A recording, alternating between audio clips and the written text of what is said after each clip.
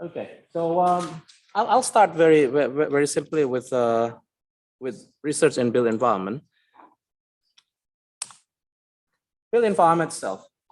Well, we are out of 8 universities in New Zealand. We are the only school who's actually called the built environment. There are many definitions of built environment. I'm just picking one of them, just one of my favorites, because it shows that it's an intersection between natural environment and cultural environment. That's what humans are actually doing to build their own built environment to accommodate the individual, family, community, and so on. Doing research in the built environment has been defined as multidisciplinary by nature, covering different organizational management, human technology, and so on. But what's important with built environment is because the construction industry or construction sector is mainly concerned with the creation and maintenance of the environment. By nature, or when we're doing research in built environment, that relates a lot to construction sector or construction industry. So the construction sector itself, we know how important the sector is. It's typically around 6 to 8% in New Zealand. It's changing every year. In Australia, it's a little bit more probably. In the UK, it's about the same, 6 to 8% every year. It's very important. It's employing a large number of countries' workforce typically.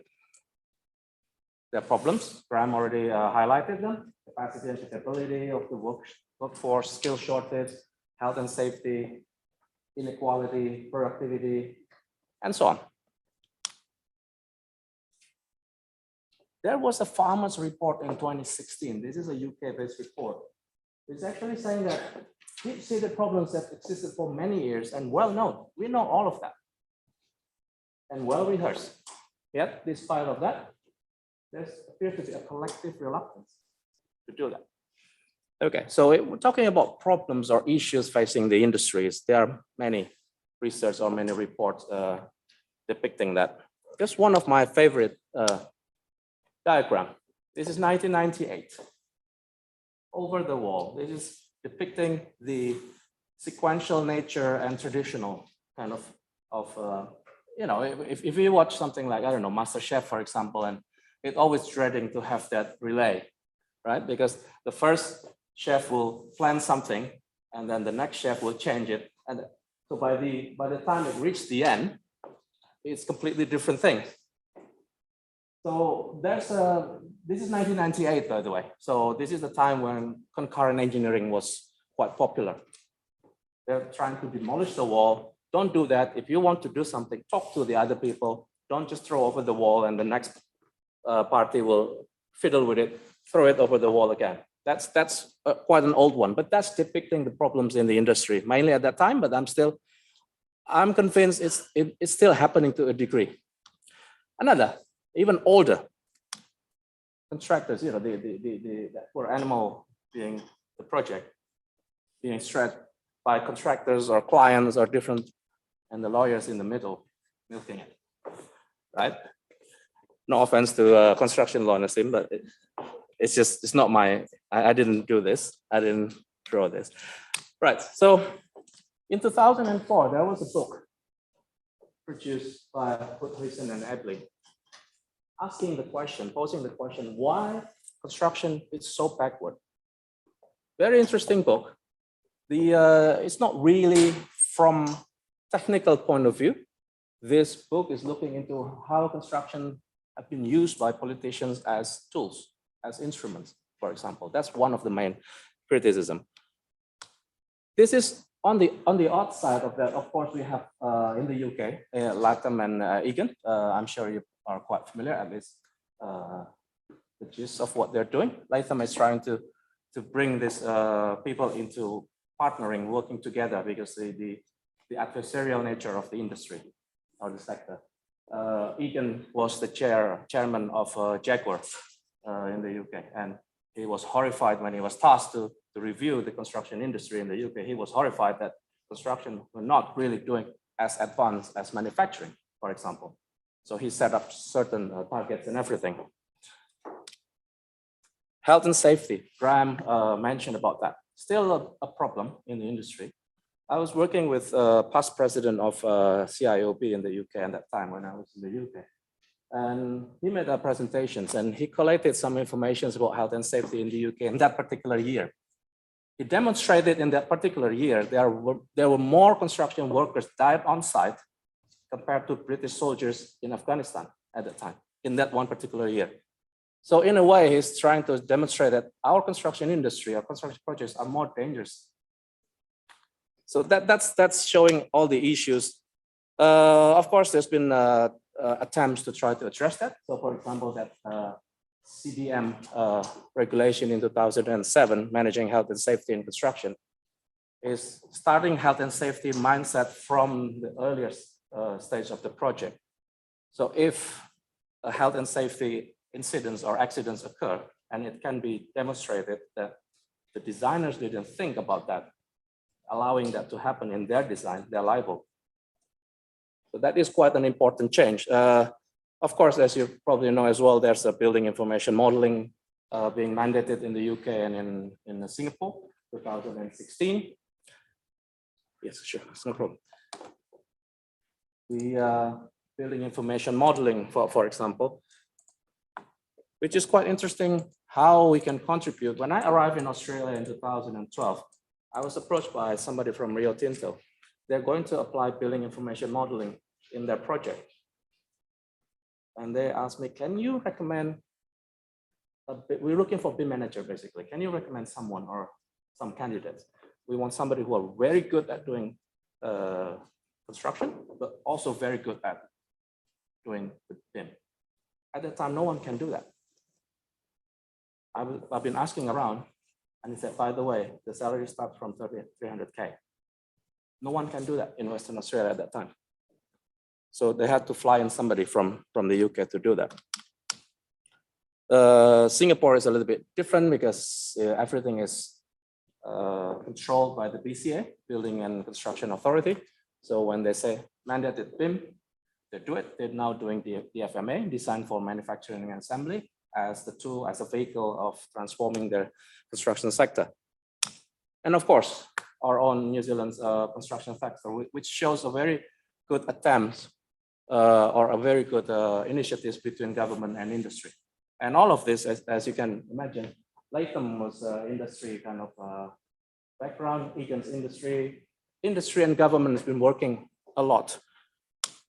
And of course, sustainable development goal from the UN that is now trickling down to different countries to try to do that. Are we missing something?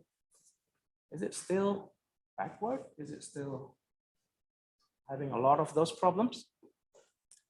From my perspective as an academic, there's a triple helix model for, this is from economics. Triple helix models looking into collaborative models.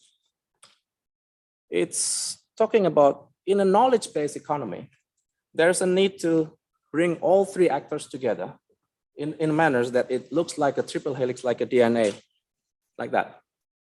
It's the government, who are the public, the controlling regulators, the industry, the wealth generators, people who are actually doing the work, and the novelty of production, which is the academia. So these three needs to work in unison as if they're three different parts working together in a DNA kind of environment.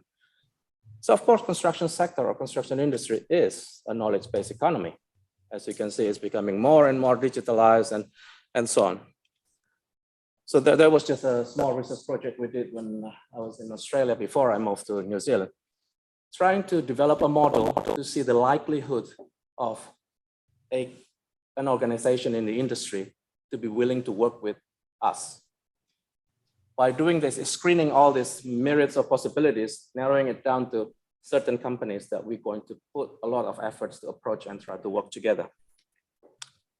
I'm going to showcase some examples of what research, academia kind of contributions, just examples, not everything, of course. Some research that I'm aware of, and I was involved in some of them. We will hear more from the Digital Environment Lab team from Massey University a bit later today.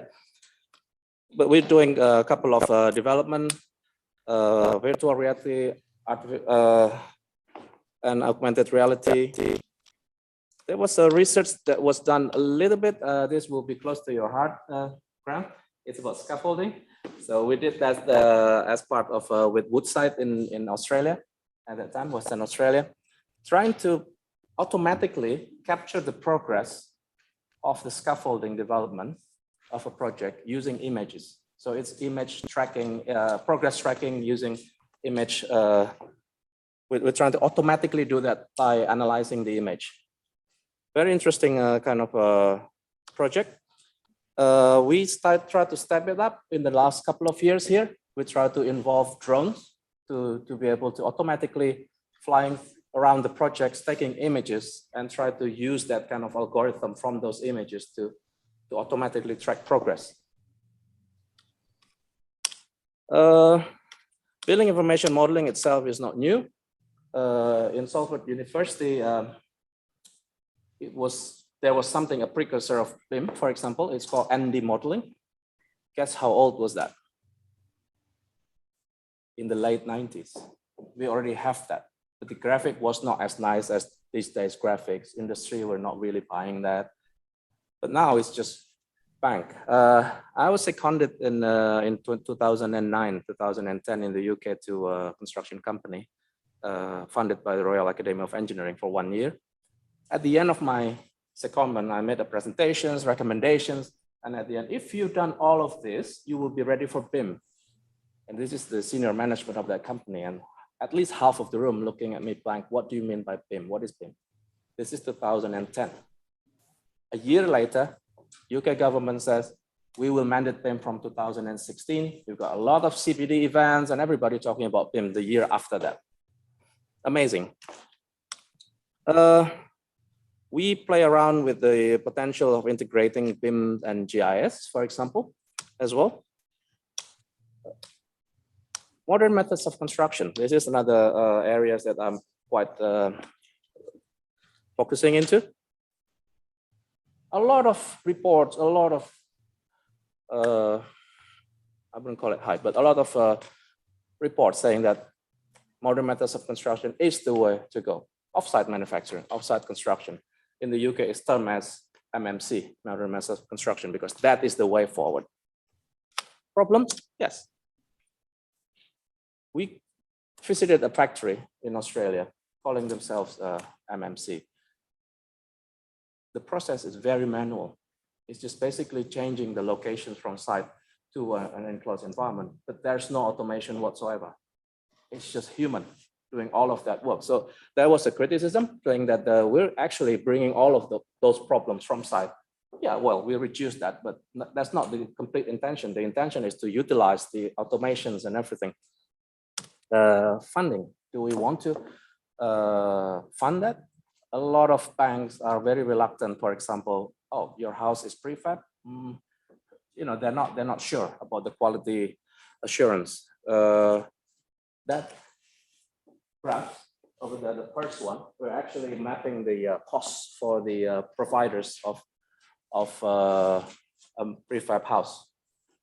And as you can see, it's the provider have to come into this negative figure quite heavily once the manufacturing started. And then they only get their profit at the end. So a lot of capital required for them to actually provide modern methods of constructions. So the cost benefit is not really in an individual project. It's the whole supply chain. Then you can start seeing, realizing the benefits. Right, designs for excellence. We did something in the last, it's just published this year. It's a special issue about the FX. It's a new, not new, but in construction is rather new concept to see how we can include everything from the earlier on. So design for something, design for manufacturing assembly. When we're designing something, we're looking into the assembly, the process of the manufacturing process, try to make it as productive as possible, as efficient as possible, how it's going to be installed, assembled on site. The FX covers is a big umbrella. It's not just the FMA, it's got design for sustainability, design for adaptability, design for deconstruction. for example. So everything that was designed, knowing that we will deconstruct that building at the end, and so on. The FMA, I mentioned already. It's trying to industrialize, basically, trying to see if we click something in the BIM model, approve, it will fit immediately to the manufacturing. They can start doing the cutting. It's just cutting the time, really, making it a lot faster. A couple of research on waste management, try to minimize waste on site, for example. And the last thing that I would like to visit is facilities management. Before the conference or this symposium started, I had a quick chat with Graham in the morning, and we're talking about facilities management, how important facilities management is. It's linked to the construction industry very, very closely. Whole life cycle costing, whole life cycle viewing of the construction projects from inception to demolition. Right, I'm going to highlight one particular issue that Graham also picked on, capacity and capability in construction sector. As we know, the sector is very, very vulnerable to disruptions and fluctuations and so on. And there's no real systematic approach to mitigate this problem.